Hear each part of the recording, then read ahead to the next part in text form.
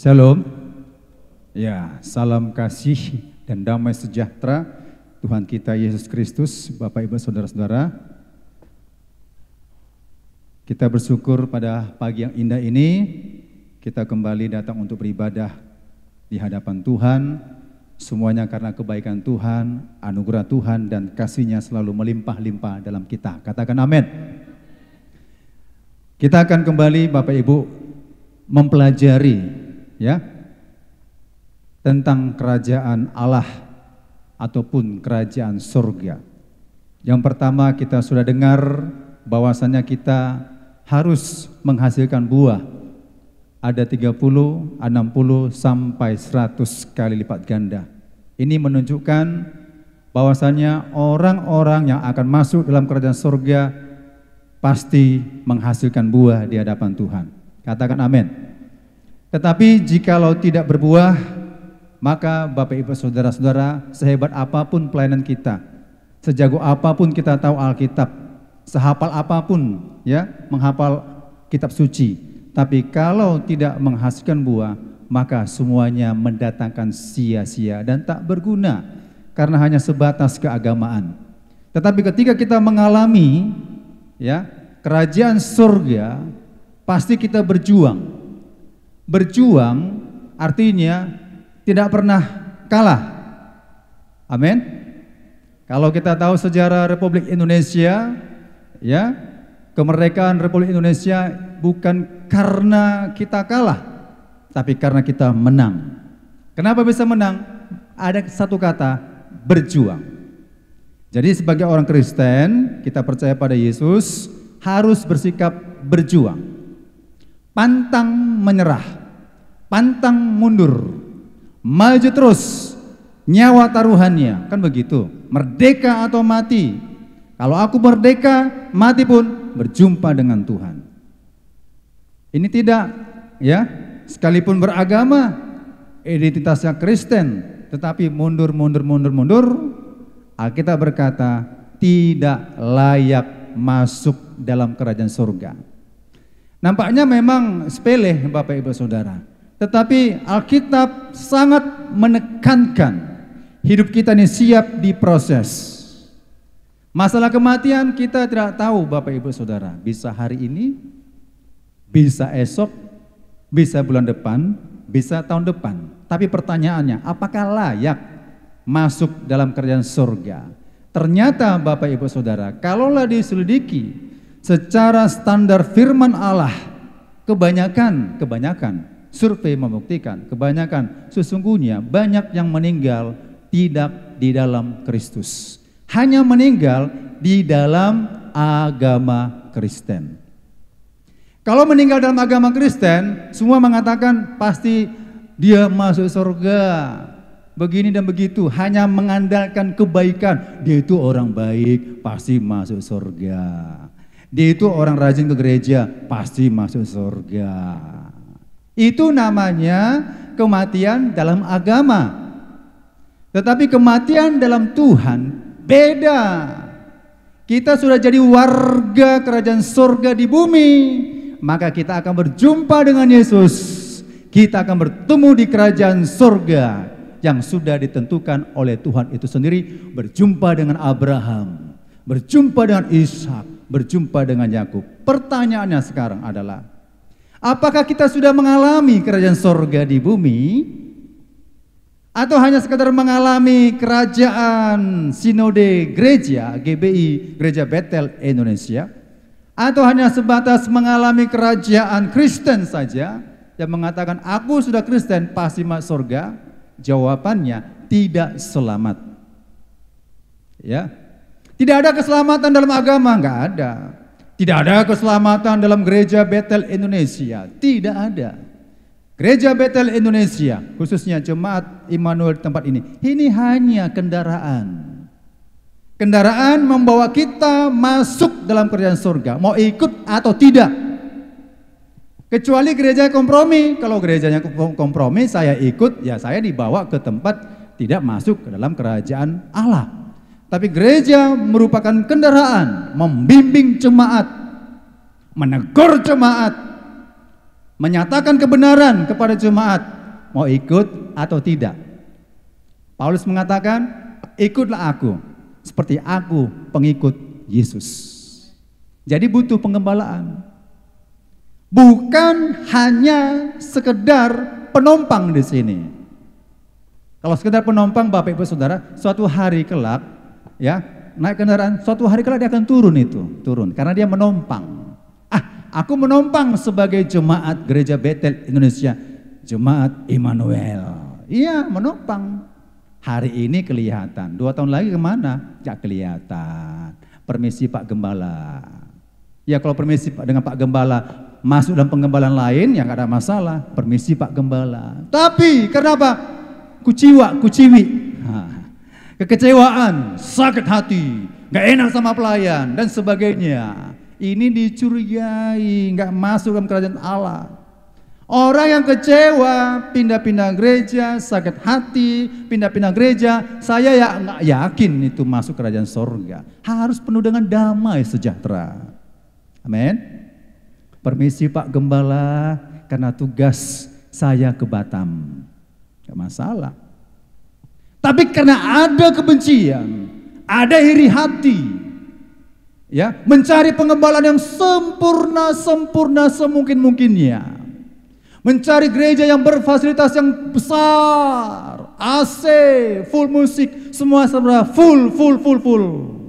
Dibanding gerejaku ini, terjadilah perbandingan. Bahwasan tubuh Kristus tidak boleh ada perbandingan. Kalau engkau tangan, jadilah tangan. Kalau engkau kaki, jadilah kaki.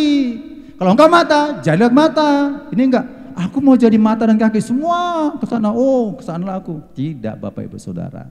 Tuhan sudah percayakan besar kecil tubuh Kristus semuanya untuk memuliakan nama Tuhan. Katakan amin. Nah, kita hari ini Bapak Ibu Saudara mendengarkan firman Tuhan. Kalau sebelumnya adalah hidup dalam kerajaan surga. Sekarang kita harus mengalaminya dengan topik judulnya mengalami kerajaan Allah. Apa Bapak Ibu Saudara? Iya, mengalami kerajaan Allah. Mari kita baca ayat ini Bapak Ibu Saudara. Di Lukas 17 ayat 20 sampai 21. Atas pertanyaan orang-orang Farisi, apabila kerajaan Allah akan datang, Yesus menjawab, katanya, kerajaan Allah datang tanpa tanda-tanda lahiriah. Juga orang tidak dapat mengatakan, lihat ia ada di sini atau ia ada di sana. Sebab sesungguhnya kerajaan Allah ada. Kerajaan Allah di mana? Oh, kalau orang mengatakan kerajaan Allah itu di atas. Kerajaan Allah itu di atas. Tidak. Kerajaan Allah itu ada di antara kamu, ada dalam diri saya. Itu namanya mengalami, ya.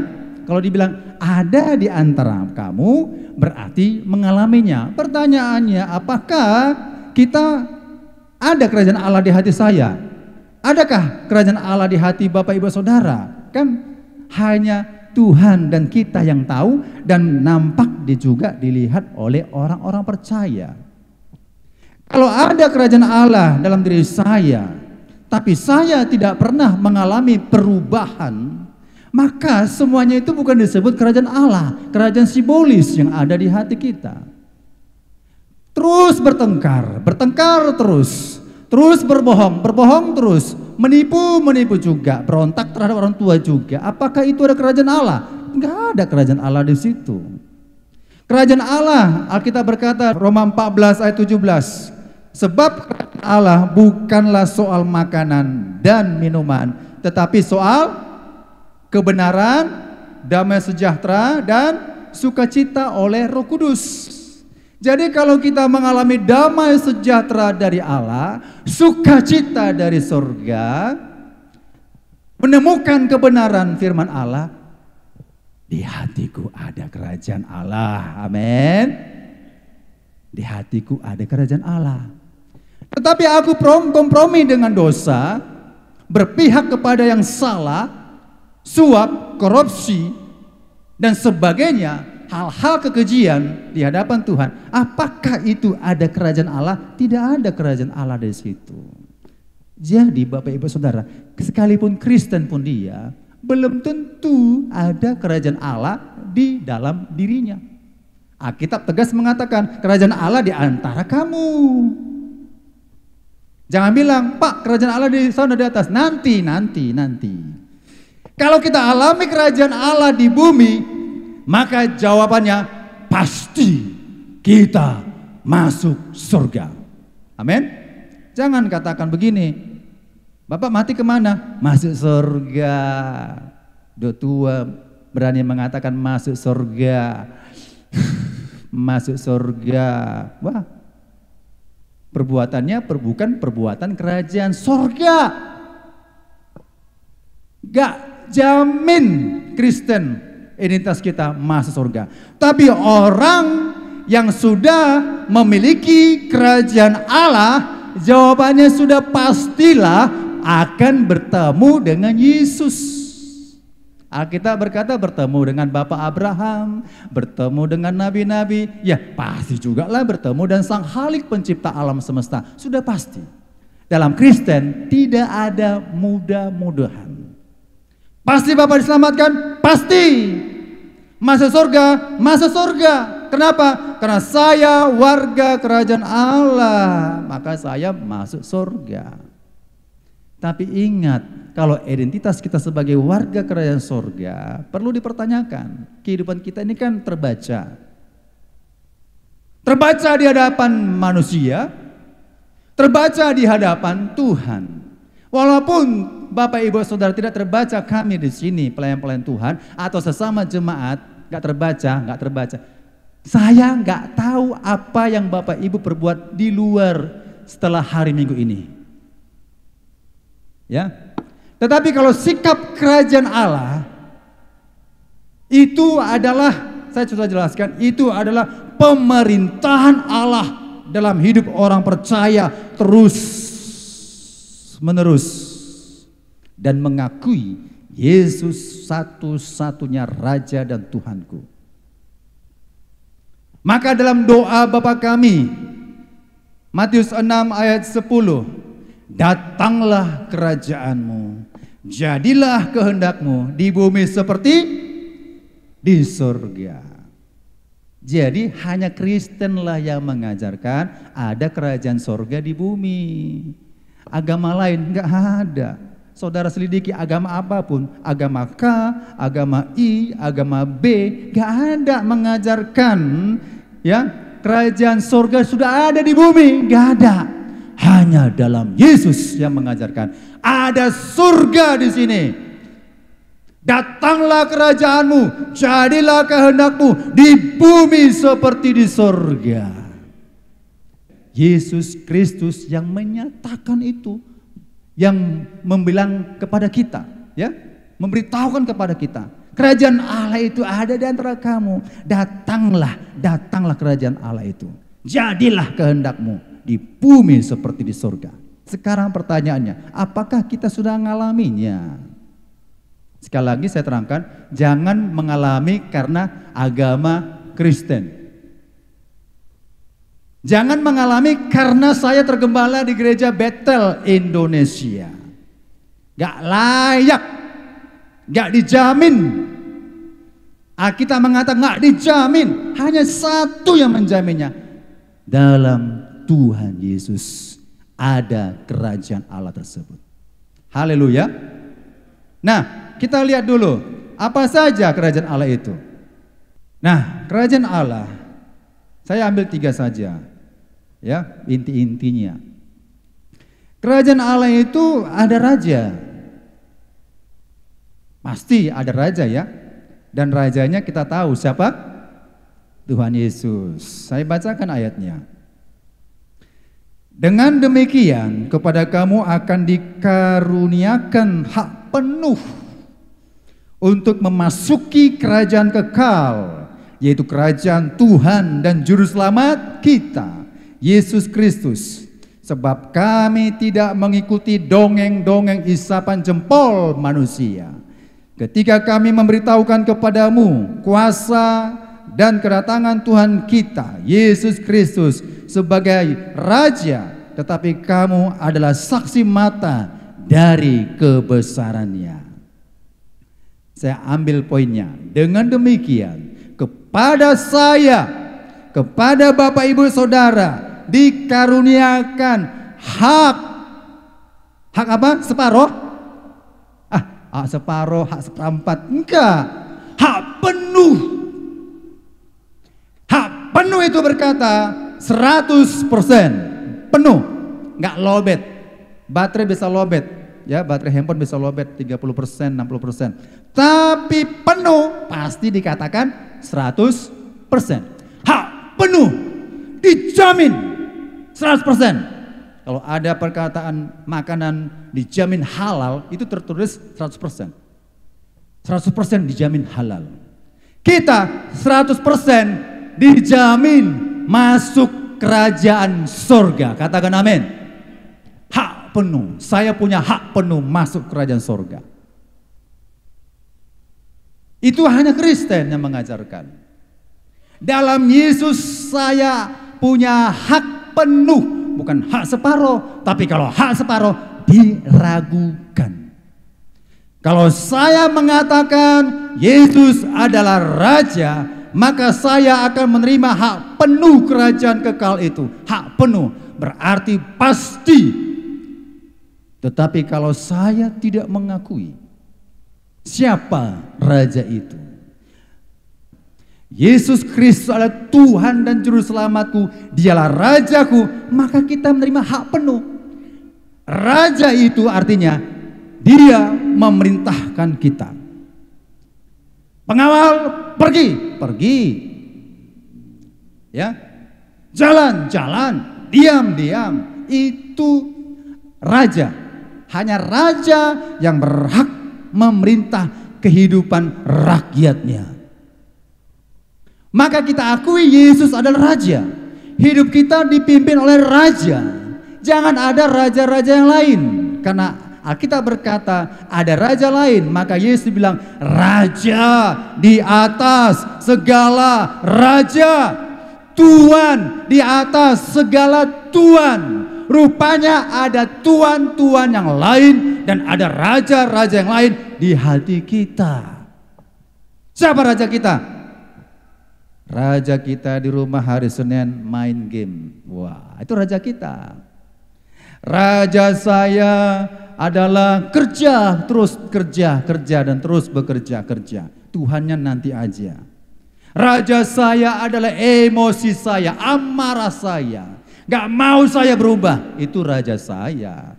Raja saya adalah terlibat dengan narkoba, ganja, merokok dan sebagainya. Itu raja saya. Gak bisa diusik.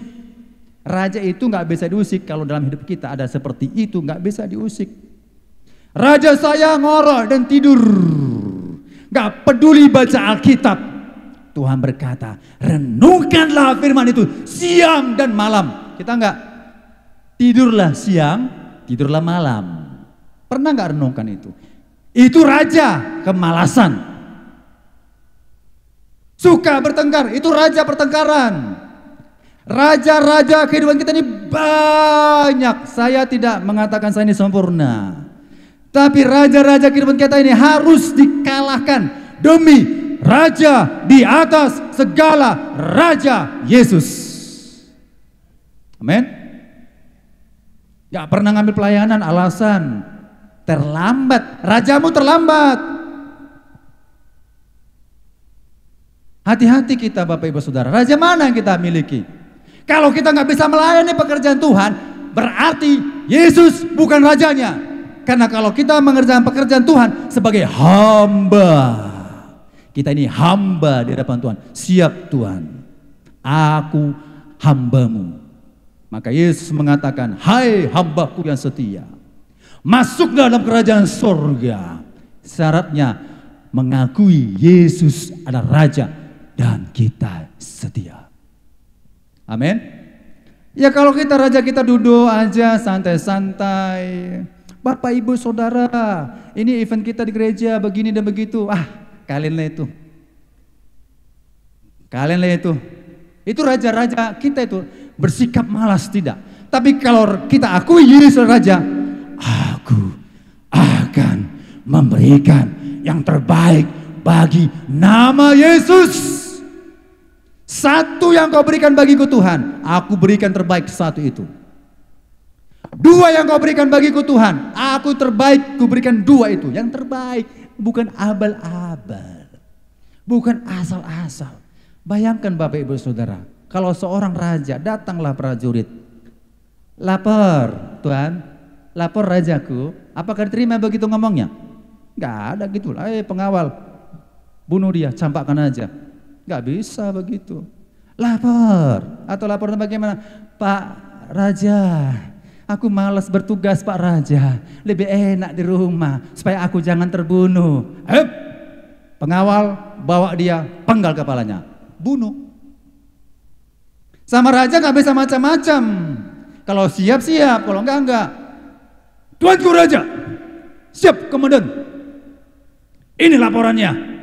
Saya sudah mengerjakan tugas yang engkau perintahkan kepadaku. Bagaimana? Apakah sudah seluruhnya kau perbuat? Oh belum Pak Komandan, tapi saya berusaha, masih 60%. Lanjutkan. Siap, lanjutkan.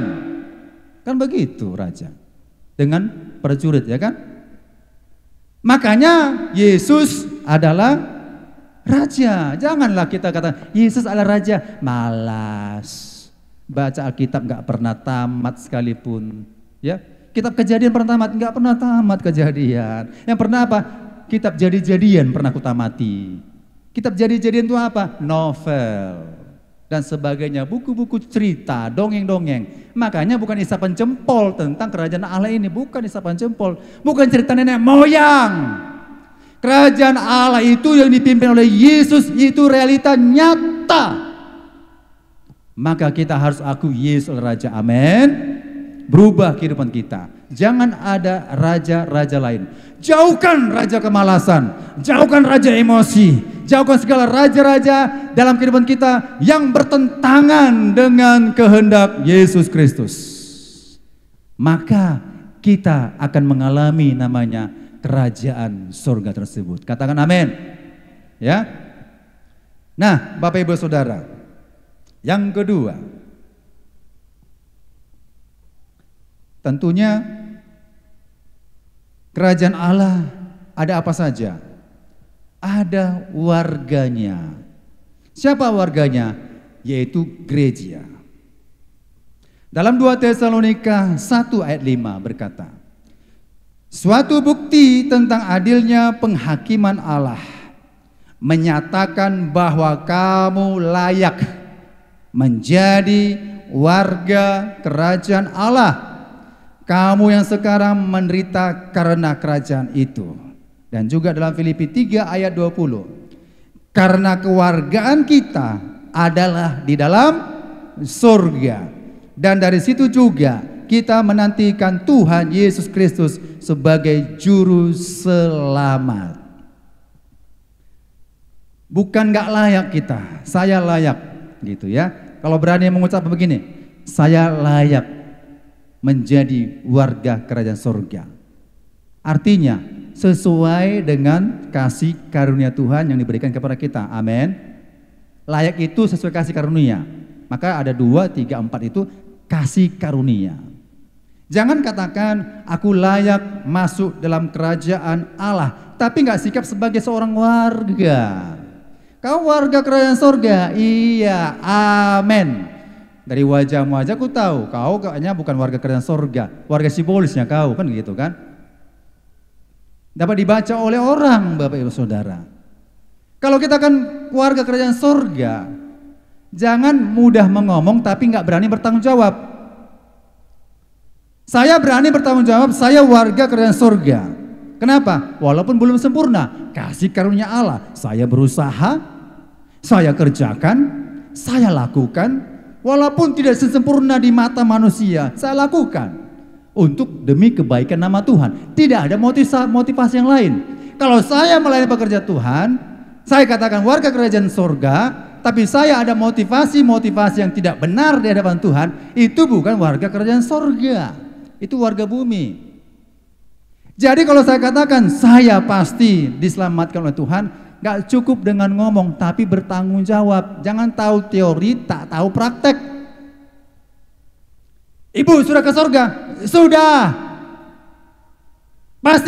Pasti. Bapak warga kerajaan surga? Iya, saya warga kerajaan surga. Bu, Pak, kok membungakan uang? Mana ada kerajaan surga membungakan uang? Ibu bilang masuk surga, kerajaan surga membungakan uang. Kita mengatakan itu gak boleh, kecuali lembaga resmi yang sudah ada oleh pemerintah. Kalau saya bantu orang mengatakan demikian, ku kasih engkau 4 juta untuk modalmu, tapi kembalikan nanti 4.500.000. Bunga gak itu? Bunga ya? Gak berkenan. Kalau niat nolong seseorang, ini oke? Kita juga bijaksana, cerdik juga.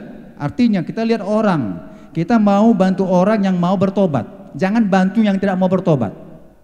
Kita akan dirugikan, kita akan menyesal. Bantu karena dia betul-betul bertobat. Dah? Kasih. Berapapun yang kau kembalikan, lebih daripada itu, gak ada masalah. Pas pun kau berikan 4 juta, tidak ada masalah. 4.500.000 pun gak ada masalah. Karena tidak ada bunga situ. Kecuali dia memberikan ucapan syukur. Ucapan syukur itu bukan bunga, tapi ketentuan yang sudah kita berikan itu adalah bunga. Ditanya, warga kerajaan surga? Iya, warga kerajaan surga. Tidak, warga kerajaan simbolis. Pak, aku Kristen. Iya, kau selamat karena kau akui agama Kristen. Tidak engkau akui Yesus Raja. Kalau Yesus Raja, kita warganya. Amin. Kita punya KTP. KTP di bumi. Dan kita juga punya KTP yang kedua, KTP surga. Pertanyaannya, sudah punya nggak KTP surga? KTP di bumi gampang, usia 17 tahun sudah punya KTP di bumi. Tapi KTP surga nggak semudah omong-omongan begitu. Saya warga negara Republik Indonesia, punya KTP resmi, lembaga hukum. Warga negara Indonesia asli pribumi keturunan Batak Tulen, bukan campuran, kan gitu. Asli loh, kan gitu. Bukan non pribumi, saya pribumi. Di mana buktinya? Nih KTP-nya ada. Pemerintah Republik Indonesia mengakui saya sebagai warganya di sini. Jangan coba-coba pergi ke Amerika, Bapak Ibu Saudara, tunjukkan saya warga negara Amerika, tapi KTP-nya KTP Indonesia. Diusir kita. Diusir. Gak usah jauh-jauh ke Amerika, ke Malaysia saja, diusir. Pergi kau, pulang kau ke negaramu. Ini membuktikan KTP saya di surga secara rohani harus saya punya. Sehingga saya suatu hari kelak tidak ditolak oleh Tuhan. Tapi kalau nggak punya KTP warga kerajaan surga, punya KTP anggota jemaat gereja Betel Indonesia, nggak laku. Punya KTP warga negara tinggal di Marelan, nggak laku, nggak laku. Yang laku apa? Warga negara surgawi, itu baru laku. Masuk surga, ini Yesus, aku punya KTP warga negara surga. Jadi kita harus punya. Kalau belum punya, introspeksi, Tuhan, aku belum mengalami kerajaan surga. Aku belum punya Tuhan. Aku mau punya Tuhan. Jangan hanya omongan saja aku Kristen di bumi ini, tapi aku menjadi warga kerajaan surga. Warga kerajaan surga terlibat dalam kerajaannya. Amin. Kalau saya terlibat dengan kerajaan dunia ini, Bapak Ibu Saudara, saya bukan warga kerajaan surga. Jikalau engkau mengasihi dunia ini, kan gitu. Kalau kita mengasihi dunia ini, Bapak Ibu Saudara, kita bukan kerajaan surga, itu kerajaan bumi. Mengasihi hobi, mengasihi pekerjaan, bahkan dibilang jikalau engkau mengasihi lebih daripadaku, mengasihi suamimu lebih daripadaku, mengasihi istrimu lebih daripadaku, mengasihi anakmu lebih daripadaku. Gak layak masuk dalam kerajaan Allah. Itu aja ya. Saya kan bisa lebih sayang kepada anak saya, Syapudan misalnya, saya sayang. Tapi pertanyaannya, apakah engkau sayang kepada Tuhan Allah? Mengasihi sungguh-sungguh? Oh enggak, demi anakku gak perlu aku beribadah. Demi pekerjaanku gak perlu aku beribadah. Demi apa lagi gak perlu aku beribadah. Itu namanya bukan warga kerajaan Allah. Warga kerajaan Allah siap melakukan apa yang diperintahkan oleh raja. Amin. Jadi kita ini warga kerajaan surga. Katakan amin. Ya. Dari sini memang semuanya warga kerajaan surga ya. Oke. Tapi Tuhan yang lebih tahu ya kan. Nah, karena warga kerajaan surga itu kita mengatakan harus ada hasil.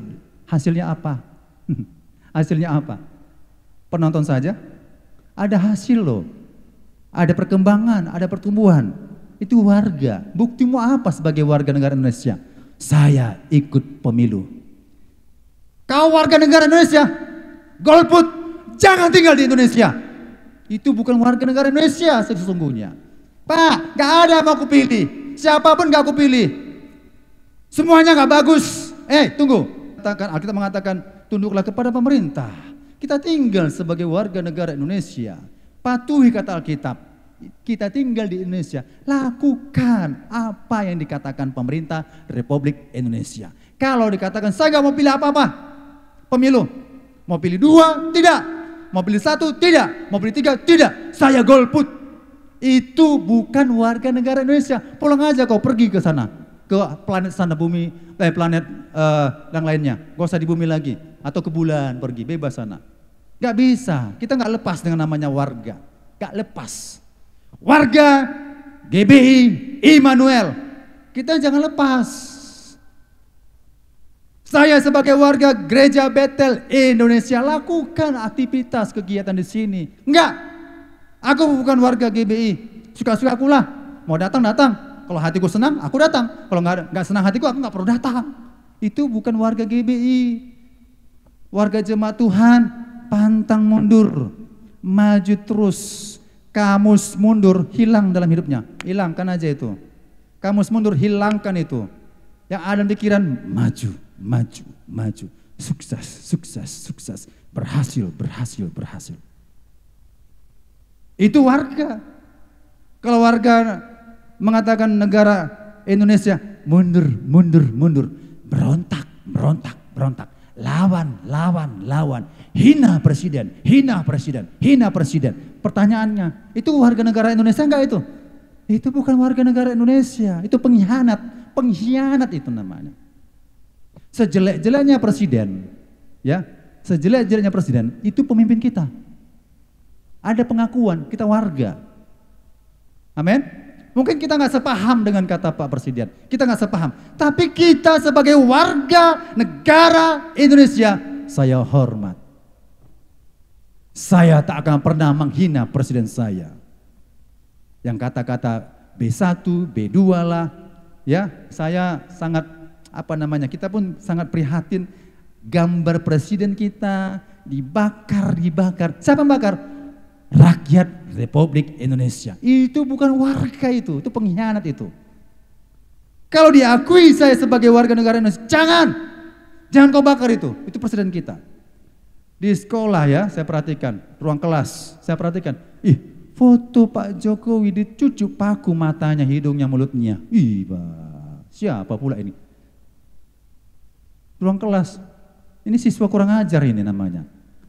Dicucuk matanya, gambar foto Pak Presiden kita, dicucuk matanya dua-dua, hidung dicucuk pakai paku, mulutnya dicucuk pakai paku, gambar tergantung gitu, kecuali wakilnya. Dicucuk. Ini nampaknya bukan warga Republik Indonesia, ini pengkhianat ini.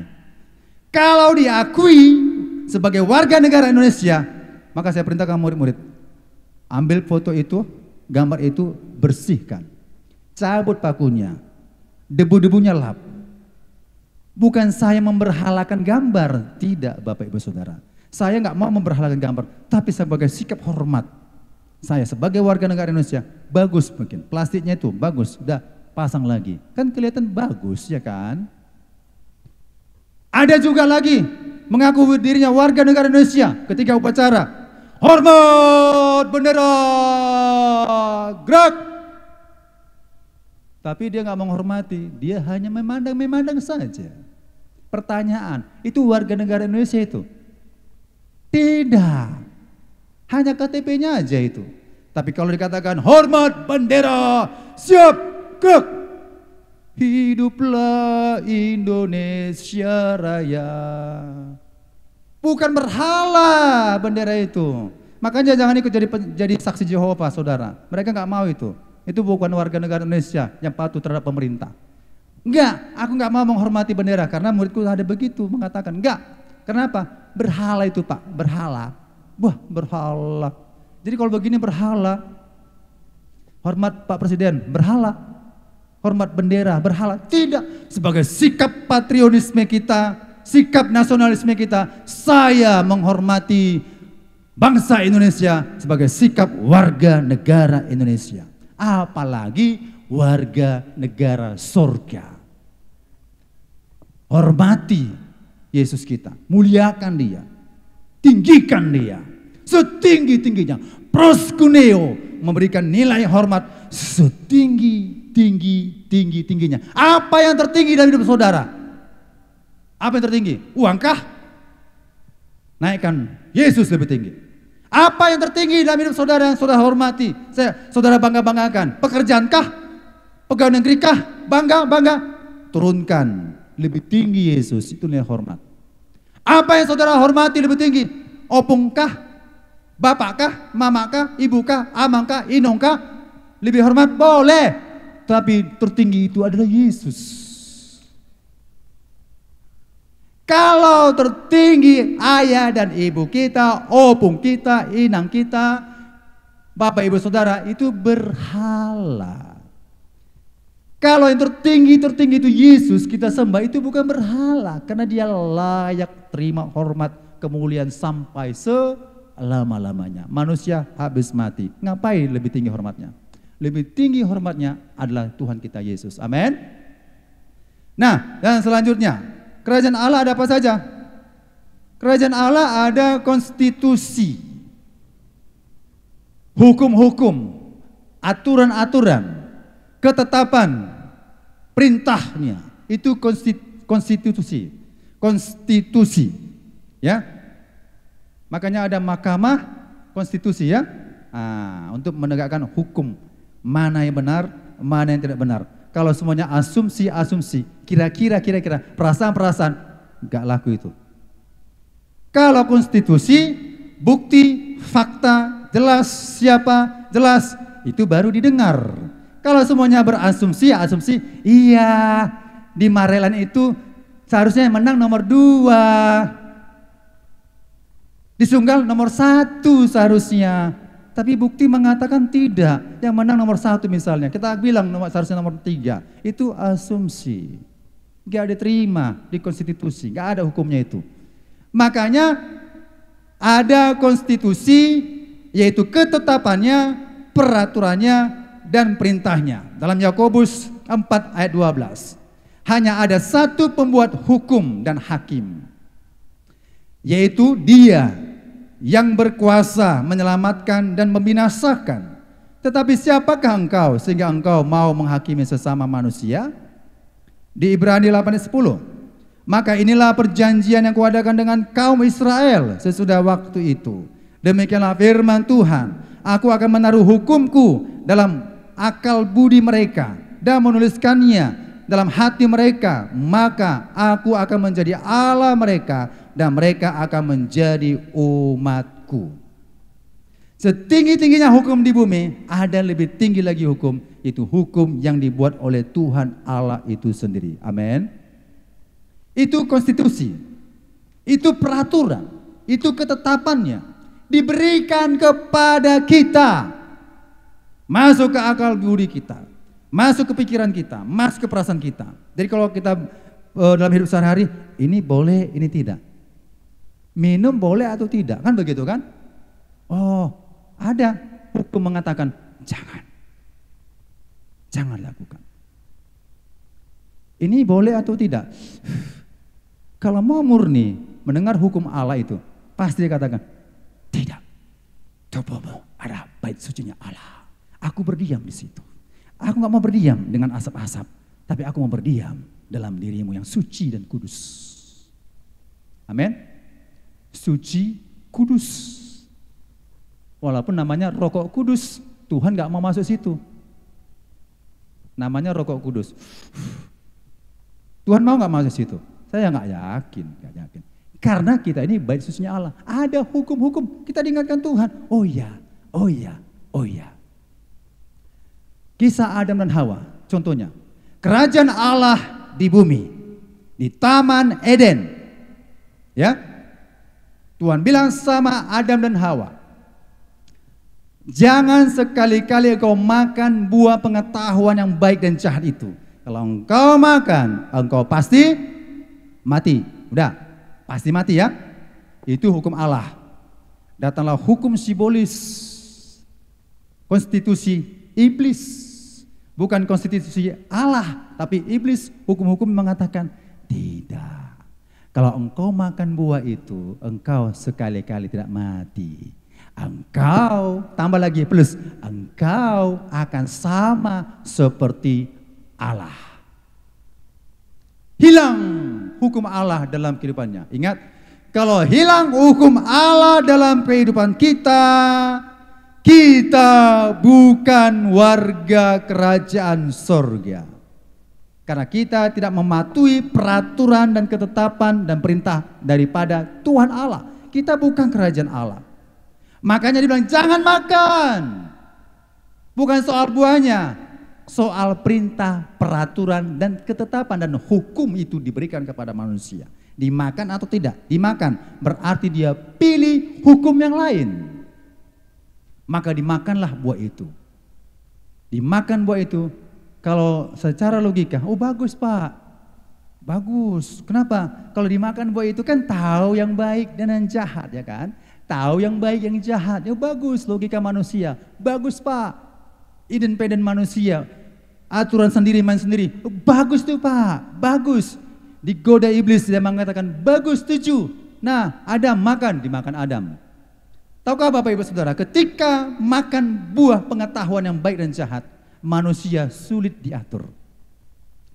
Pengetahuan yang baik dan jahat, saudara, manusia merasa lebih hebat daripada Tuhan. Aturan-aturan Tuhan disingkirkan.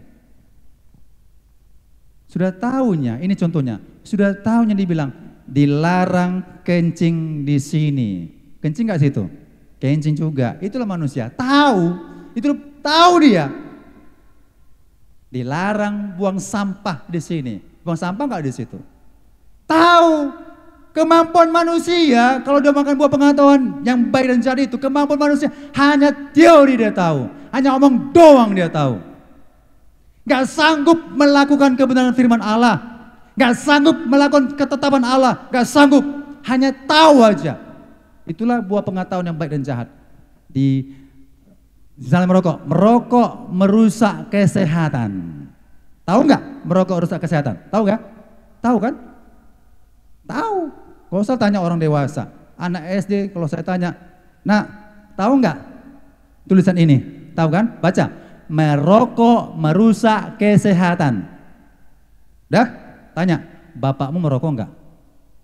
Bapakmu baca nggak itu? Iya Pak, bapakku membaca. Tahu Pak. Tahu itu, tahu. Berarti hanya sebatas tahu. Itulah pengetahuan yang baik dan jahat. Hanya tahu, tapi nggak bisa berbuat. Itulah bukan warga kerajaan Allah itu.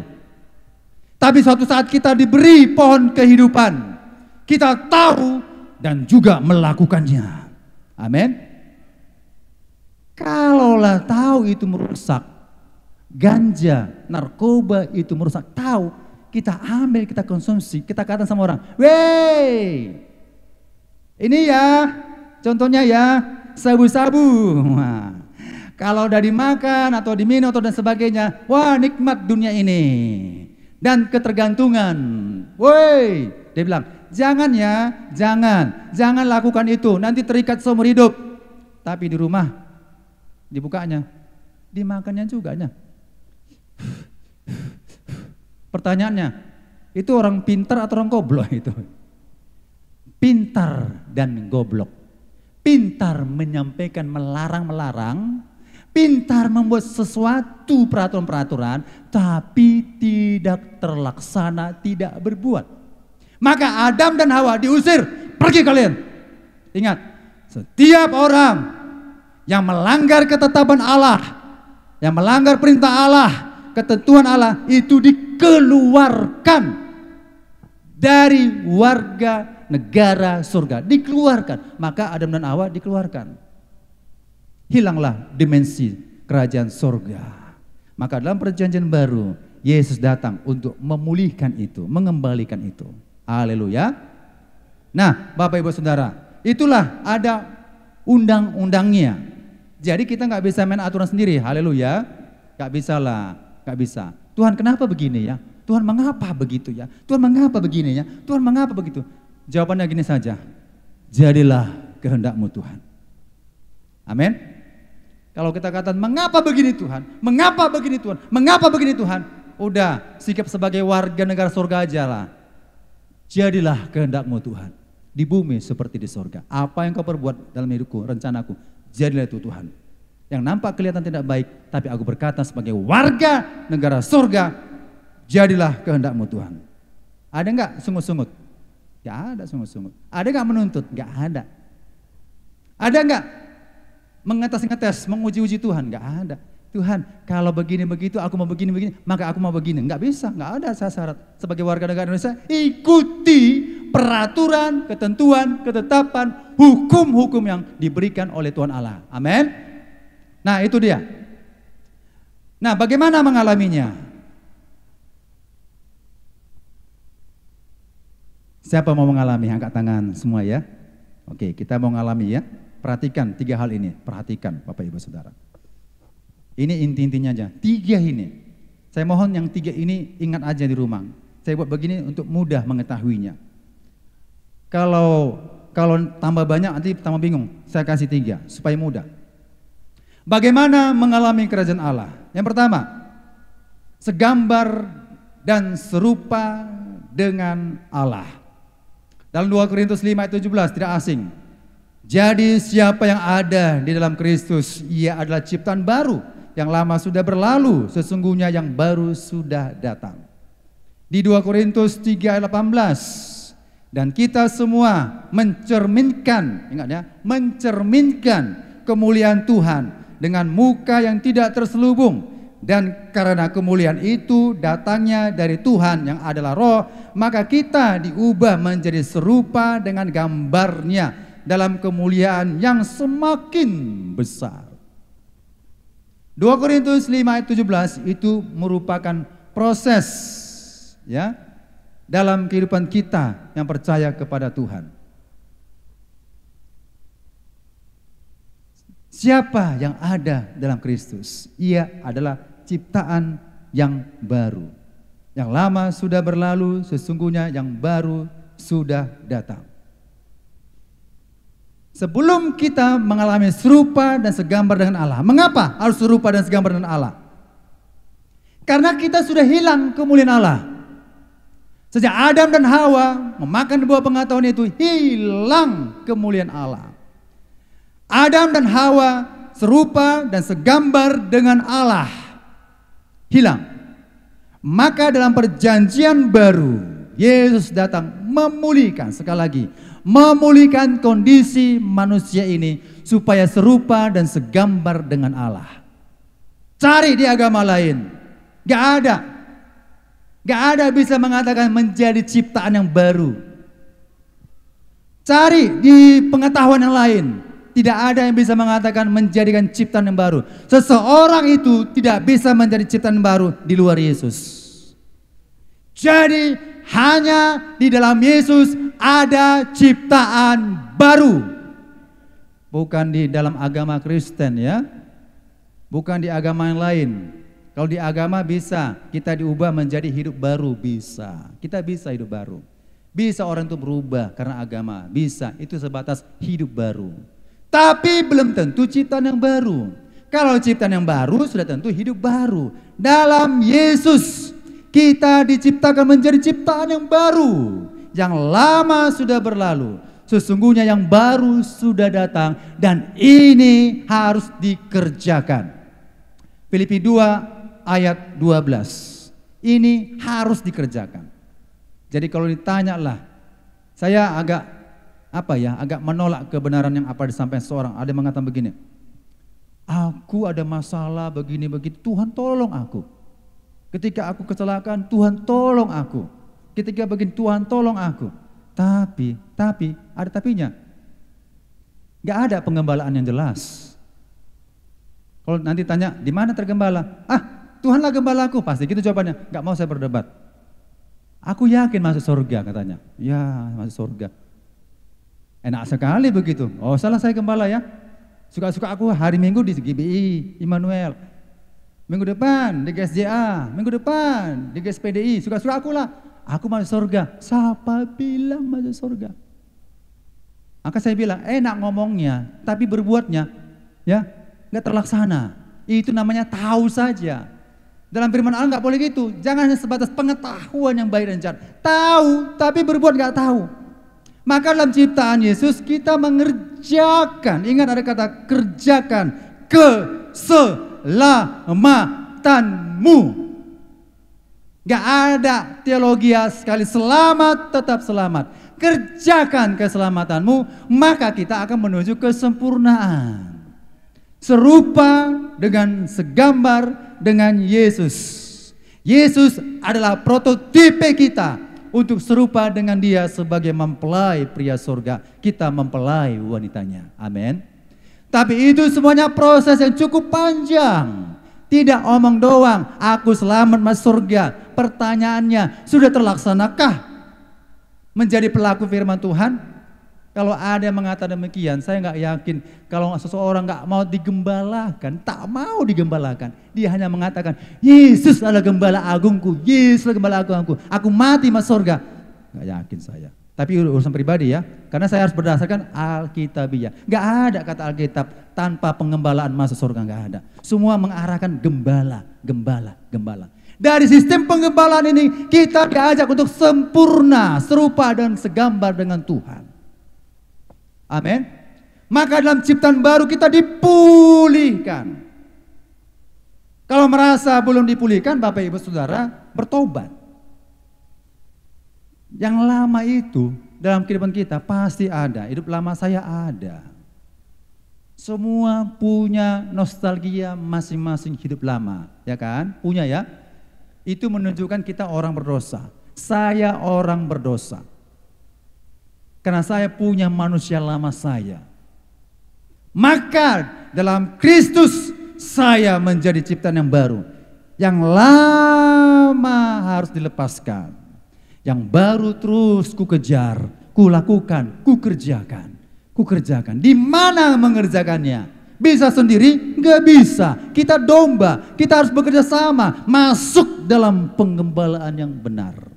Tidak ada kata sempurna kalau tidak masuk dalam penggembalaan yang benar. Saya bantah itu, tapi nggak enak berdebat kan? Saya bantah itu. Saya nggak terima itu, teologi begitu. Aku selamat, aku pasti masuk surga. Bersaksi loh, bersaksi.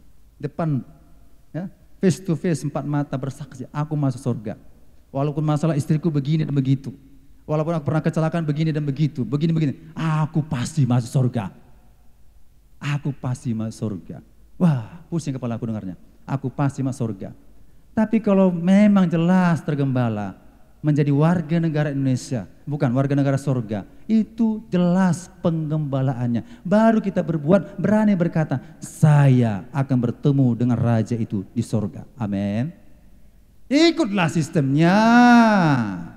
Apa sistemnya? Kerajaan Allah, bukan kerajaanmu. Aku pun bisa buat pendapat-pendapatku, bisa. Aku pun bisa menyatakan kerajaanku, bisa berdasarkan ECGC bisa, tapi bukan XCGC. ECGC bisa. Bisa saja. Aku penginjil, dalam nama Yesus sembuh. Aku pengkhotbah, dalam nama Yesus yang lemah dikuatkan. Bisa Tuhan melimpahkan karunia-Nya. Tapi pertanyaannya, sudah masuk ke dalam sistem warga negara kerajaan sorga? Bukan setiap orang yang berseru-seru kepadaku. Matius 7 ayat 21. Tuhan, Tuhan, aku sudah melakukan A dan B dan C. Tuhan berkata yang masuk itu adalah merekalah yang melakukan kehendak Bapa di sorga, masuk dalam kerajaan sorga. Melakukan. Masuk dalam sistem kerajaan Allah. Mengalami dulu. Bisa ngadakan mujizat? Bisa. Tapi sudah mengalami kerajaan sorga? Belum tentu. Alami dulu. Sudah kita alami kerajaan sorga, maka kita enak mengatakan, Tuhan, ini KTP sorga saya. Sudah ada hak penuh kita. Sudah ada hak penuh kita. Sudah ada hak penuh kita. Bukan separoh. Kalau bilang, aku selamat ke sorga. Mana hak penuhmu? KTP-mu mana? Gak ada Tuhan. Aku percaya sama kamu. Bah, warga mana kau? Ketetapanmu gak kau aturi. Warga mana kau? Keselamatan gak kau kerjakan. Warga mana kau? Tapi kalau kita katakan, Tuhan, aku warga negara sorga. Ini Tuhan KTP saya. Hak penuh diberikan Tuhan kita masuk dalam kerajaan sorga. Amin. Jangan tanggung-tanggung. Ya. Kalau kita katakan aku masuk sorga itu bukan sok jago, bukan. Tapi bertanggung jawab. Amin. Saya berani bertanggung jawab kalau saya mati masuk surga, saya berani. Saya bertanggung jawab, saya mati akan berjumpa dengan rajaku. Saya bertanggung berjawab. Apa saya perbuat? Saya baca firman Allah, itu PR saya tiap hari. Contohnya, saya sebagai warga negara Indonesia, saya harus belajar. Saya harus sampaikan firman Allah. Saya harus berbuat, menolong dan sebagainya. Adalah begitu, bukan santai. Warga negara surga, gak ada santai. Hai hambaku yang rajin, yang setia, masuk dalam kesukaan Allah. Hai hambaku yang malas, jahat, masuk dalam perapian. Ya. Nah, itu. Nah, kemudian bagaimana mengalami kerajaan Allah? Hidup keagamaan. Matius 5 ayat 20 mengatakan demikian. Maka aku berkata kepadamu, jika hidup keagamaanmu tidak lebih benar daripada hidup keagamaan ahli-ahli Taurat dan orang-orang Farisi, sesungguhnya kamu tidak akan masuk ke dalam kerajaan surga. Masalahnya hidup keagamaan kita berkenan gak di hadapan Tuhan? Ini bukan maksudnya bersaing, bukan, membandingkan. Hai murid-muridku, tuh lihat tuh, orang Farisi taat kali, bagus, ya. Pakai jubah keagamaan, bagus ya, nampak sekali, rohaniawan, nampak kali, bagus. Melakukan hukum-hukum Taurat, bagus. Saulus yang berubah nama Paulus, dia mengakui, aku tidak bercelah melakukan peraturan hukum Taurat, gak bercelah, bagus. Bagus mereka lakukan. Kalau di hidup keagamaanmu tidak lebih daripada hidup keagamaan orang Yahudi itu, kau gak masuk surga. Ngeri enggak? Saya baca itu, berarti saya ini hanya agama aja gitu ya, kan gitu. Maksud dari ayat ini Bapak Ibu Saudara, maksudnya hidup keagamaan kita jangan hanya ritual-ritual yang kita bisa lakukan, tetapi tidak pernah spiritual. Spiritual itu di atas keagamaan. Amin. Ritual itu bisa keagamaan. Mungkin murid Yesus mengatakan, aku juga bisa Yesus. Mereka puasa, aku bisa puasa. Mereka berikan persepuluhan, aku juga bisa persepuluhan. Mereka bermain musik, memuji Tuhan, aku bisa. Tetapi jikalau hidup keagamaanmu tidak ada nilai lebih dari agama A, agama B, agama C, agama yang diakui di Indonesia ini, gak lebih daripada itu, gak masuk kerajaan Allah. Lebihnya di mana? Adalah spiritual kita. Amin. Yang buat lebih itu apa?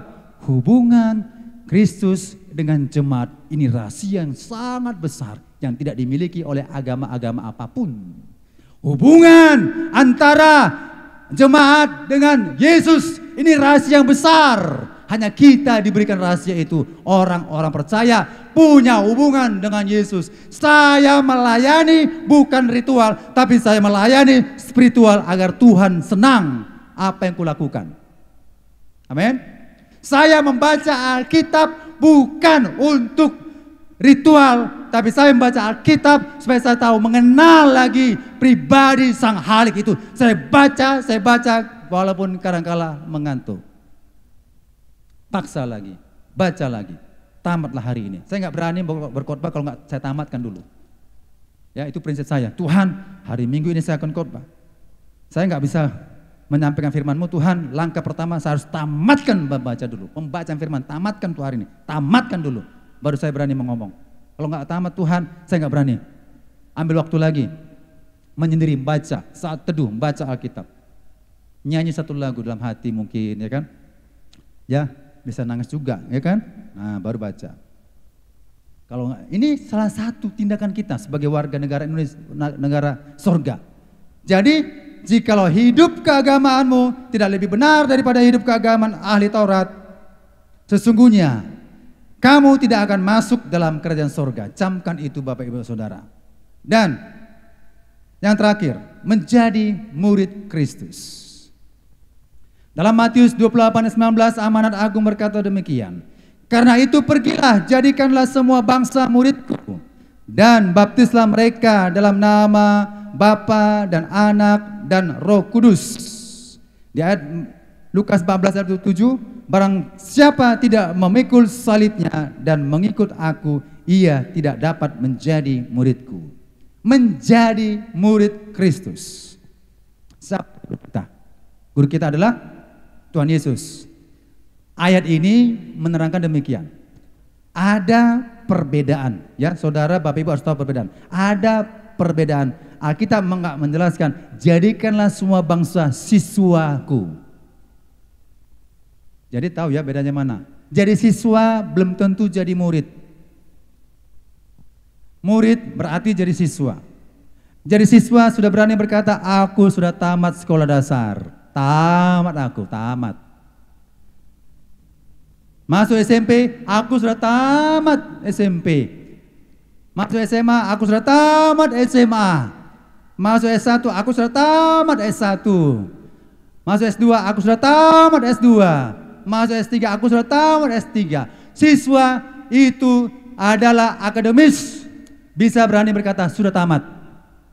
Tapi murid gak boleh mengatakan tamat. Sampai hingga saat ini saya tidak tamat menjadi murid. Apalagi kita semua, amin. Jangan katakan sudah tamat aku, sudah tamat aku. Oh udah tahu, udah ngerti aku, gak usah aku khotbah, udah ngerti aku, udah tamat aku. Murid berarti belajar 24 jam bersama-sama dengan Yesus. Menjadi murid berarti tiap hari kita sekolah. Gak ada libur. Menjadi murid Yesus tidak ada libur. Pernahkah Yesus mengatakan kepada 12 murid, "Hei Petrus, libur kalian, libur. Yohanes, libur." Enggak. Setiap saat mereka belajar sekolah kehidupan bersama-sama dengan Yesus. Karena Yesus adalah guru. Mereka merasakan mereka adalah murid, maka belajar jadi murid Kristus. Amin. Jadikan semua bangsa muridku, bukan siswaku. Kalau hanya siswa, Bapak Ibu Saudara, nggak mau itu jadi murid. Ya. Contoh, siswa yang bodoh pun bisa tamat, ya, bisa tamat SD, SMP bisa tamat. Kalau ada ini bisa tamat. Kalau tanya udah tamat SMK, sudah. Tapi kalau dites nggak ada mampunya, nggak ada mampunya. Tapi kalau murid berkualitas, berisi, berakar, itu murid. Kalau ditanya tentang iman Kristen, bisa jawab. Enggak, loyo, enggak si bodoh-bodoh, pintar. Ya, jikalau engkau dari sudut pandang waktu seharusnya engkau sudah jadi pengajar, itu kata Alkitab. Sudah jadi pengajar kita, bisa. Karena kita belajar. Setiap hari belajar. Amin. Maka kita harus pikul salib. Ya, pikul salib dikata begini. Barang siapa tidak memikul salibnya dan mengikut aku, ia tidak menjadi muridku. Berarti tidak mau beban, tidak mau susah ikut Tuhan, tidak mau menderita, itu bukan murid. Tapi murid selalu menghadapi semua apa bisa dihadapi. Masalah hari ini merupakan pelajaran bagiku. Setiap datang masalah, itu belajar. Amin. Belajar. Setiap problema itu belajar. Tapi kalau itu saja masalahmu, itu masalahmu, itu terus masalahmu, itu perlu dipertanyakan. Nggak pernah lulus. Jadi murid itu harus menyelesaikan. Kalau memang A masalahnya, tuntaskan A itu. Dan jangan lagi mengulah tentang A. Murid berubah, berkualitas. Amin. Nah Bapak Ibu Saudara, kalau kita panjangkan lagi ayatnya Bapak Ibu Saudara cukup panjang. Tapi saya rasa ini sudah cukup ya. Sudah cukup karena kalau di ayat selanjutnya yang tidak mengalami, saya rasa kita semua sudah mengerti. Ya, demikianlah firman Tuhan. Tuhan Yesus memberkati kita. Kita percaya kalau kita sudah segambar dan serupa dengan Allah lewat ciptaan yang baru dan kita menjadi muridnya Tuhan, maka kita akan bersama-sama dengan Yesus menjadi warga negara sorga. Maka kita butuh dipulihkan oleh Tuhan agar menjadi ciptaan yang baru. Haleluya.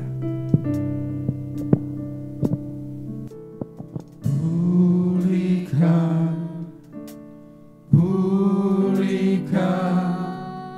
hatiku dengan kasih-Mu. Bentuklah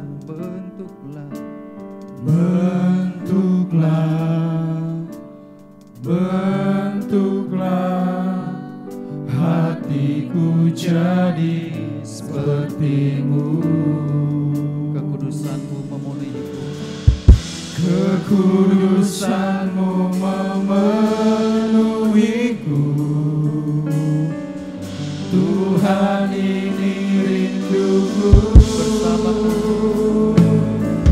Ubah hatiku seperti hati-Mu. Kudus berkenan bagi-Mu. Bagaikan emas yang murni, bentuk hatiku selalu. Biar ku menjadi ciptaan baru, bebas dari semua yang jahat,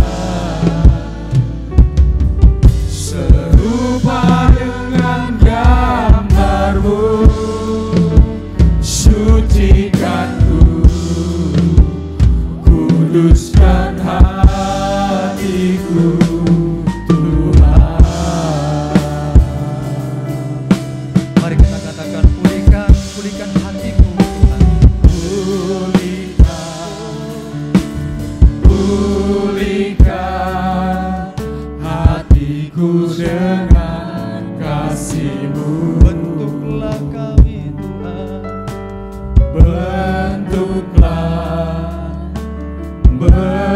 Bentuklah hatiku jadi seperti-Mu. Kami tetap menjaga dalam kekudusan-Mu Tuhan. Kekudusan-Mu memenuhiku. Inilah kerinduan kami. Tuhan, ini rinduku. Kami rindu mengalami perubahan Tuhan. Ubah hatiku seperti hati-Mu. Kudus berkenan bagi-Mu. Bagaikan emas yang murni, bentuk hatiku selalu. Kami mau mengalami ciptaan yang baru. Biar ku menjadi ciptaan baru, bebas dari semua yang jahat, Agar kami serupa dengan Engkau Tuhan. serupa dengan gambar-Mu. Sucikanku, kuduskan hatiku, Tuhan.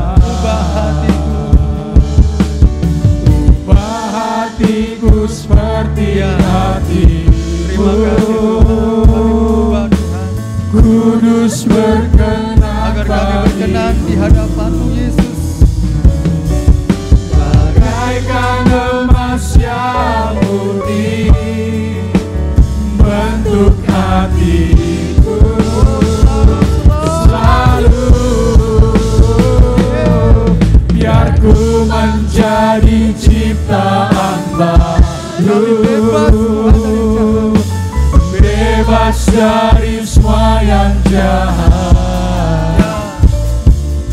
serupa dengan gambar-Mu, sucikanku,